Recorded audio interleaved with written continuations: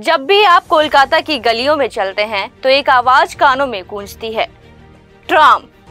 ये वह आवाज है जो न केवल कोलकाता बल्कि पूरे भारत के इतिहास की एक अनमोल धरोहर है। लेकिन क्या आप जानते हैं कि यह आवाज शायद अब कुछ ही समय के लिए खामोश हो सकती है।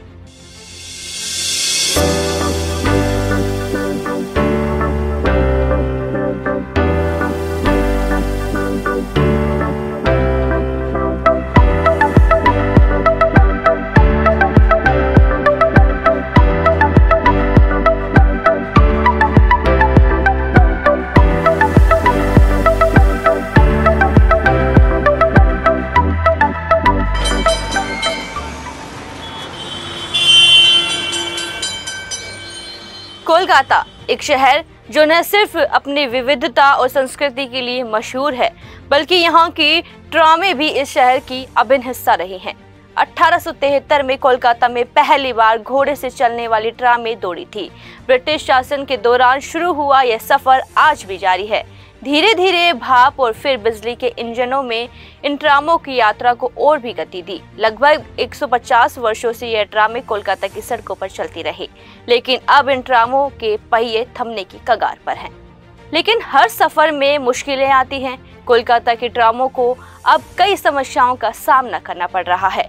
लगातार बढ़ते ट्रैफिक की वजह से ट्रामों का मार्ग अवरुद्ध हो जाता है, जो उनके संचालन में रुकावट डालता है। शहर में बढ़ती आबादी और तेज रफ्तार की मांग ट्रामों की धीमी गति के सामने एक बड़ी चुनौती बन गई है। साथ ही वित्तीय संकट और रखरखाव के बढ़ते खर्चे ने भी इस सेवा को संकट में डाल दिया है। फिर भी कोलकाता की ट्रामों की अहमियत का कोई मुकाबला नहीं है। यह सिर्फ एक यातायात का साधन नहीं, बल्कि गरीब और अमीर दोनों के लिए एक समान अवसर का स्रोत बन गई है। जहां एक और गरीब तबका सस्ती यात्रा का लाभ उठाता है, वहीं उच्च वर्ग भी इसकी ऐतिहासिक और पारंपरिक महत्ता का महसूस करता है। यह ट्रामें न सिर्फ यातायात का साधन है, बल्कि शहर की आत्मा का हिस्सा बन चुकी है। क्या दुनिया भर में ट्रामें अब भी चलती हैं? यह सवाल आजकल जरूर उठता है। यूरोप और कुछ अन्य देशों में ट्रामें आज भी चल रही है।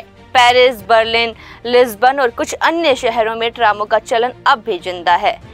इन देशों ने ट्रामे को एक आधुनिक रूप दिया है, जो पर्यावरण के लिए फायदेमंद भी है और यातायात की सुविधा भी। लेकिन क्या कोलकाता इस दिशा में कदम बढ़ाएगा?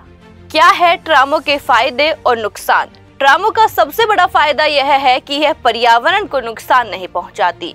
ये प्रदूषण को नियंत्रित करने में मदद करती है और शहर की हवा को साफ रखती है। लेकिन उनके धीमे रफ्तार और मार्ग की बाधाओं के कारण ट्रैफिक जाम में फंसी ट्रामें कभी कभी यातायात के लिए परेशानी का कारण बन जाती हैं।